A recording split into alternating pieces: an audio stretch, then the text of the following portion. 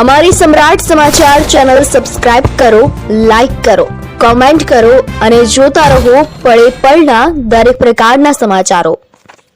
તળાજા તાલુકાના ગઢોલા ગામે મોક્ષધામની દિવાલમાં થયેલ ભ્રષ્ટાચારના આરોપને લઈને આજે તળાજા તાલુકા પંચાયત કચેરી ખાતે રજૂઆત કરવામાં આવી હતી। ભાવનગર જિલ્લાના તળાજા તાલુકાના ગ્રામ્ય વિસ્તારમાં તેમજ શહેરમાં વારંવાર ભ્રષ્ટાચાર થતો હોવાના આરોપ સાથે ફરિયાદો ઉઠવા પામે છે, તેમ છતાં પણ કોઈ ચોક્કસ પ્રકારની કાર્યવાહી થતી નથી। તેવો જ બનાવ તળાજા તાલુકાના ગઢોલા ગામ ખાતે બન્યો હતો।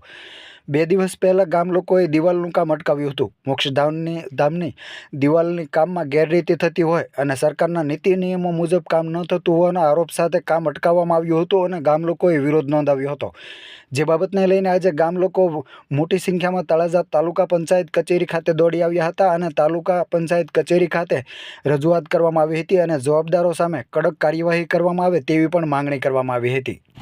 તમારું નામ શું? મારું નામ વિક્રમભાઈ નાગજીભાઈ ભાટિયા। શું પ્રશ્ન લઈને તમે તળાજા તાલુકા વિકાસ અધિકારીની મુલાકાત આવ્યા? અમે એ પ્રશ્ન લઈને આવેલા છીએ કે હમણાં 2 દિવસ પહેલાં અમારા ગઢોલા ગામ સ્મશાનની ફરતી દિવાલનું કામ આવેલું હતું। તે કામમાં બેદરકારી મુજબ કામ થતું હતું। પછી અને એમાં બોલો પથ્થર અને પૈણો વાપરવામાં આવ્યો છે। જ્યાં લોખંડ લખેલું છે ત્યાં લોખંડ નથી વાપર્યું, જ્યાં રેતી લખેલી છે ત્યાં રેતી નથી વાપરી, દરિયાનો પૈણો વાપર્યો છે। આ ફરિયાદ લઈને અમે તાલુકામાં આવેલા છીએ અને એ કામ પણ અમે અટકાવેલું છે। તાલુકા વિકાસ અધિકારી મહિલા છો તમે? હા, મળ્યા। શું જવાબ આપ્યો છે સાહેબે? અત્યારે તો ફોર્મ આપ્યા છે સાહેબને, સાહેબે એમ કહે છે કે આનો જવાબ તમને મળશે। તમારું નામ શું? મારું નામ રઘુભાઈ। શું કામથી તાલુકા વિકાસ અધિકારીની મુલાકાત આવ્યા તમે?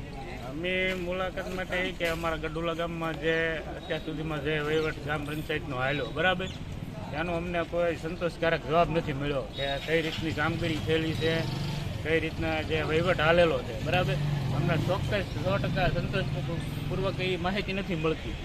એટલે અમે તાલુકામાં આરટીઆઈ કરીને બધી માહિતી જે 2017થી માંડીને આજ સુધી જે કામગીરી થઈ એનો બધો રેકોર્ડ અને ડેટા અમારે મેળવવા માટે અમે આરટીઆઈ કરી છે અને સાહેબે અમને કીધું છે કે તમને 30 દિવસની અંદર એની જાણકારી આપશું। વહીવટદાર અને મંત્રી સાહેબનું શું કહેવું છે આ બાબતમાં? મંત્રી સાહેબનું એવું છે કેવું છે કે મંત્રી સાહેબ અમને કોઈ માહિતી આપવી નથી બરાબર, એટલે અમે તાલુકામાં અરજી આપી છે, એના કોઈ અમને રેકોર્ડ આપ્યા નથી।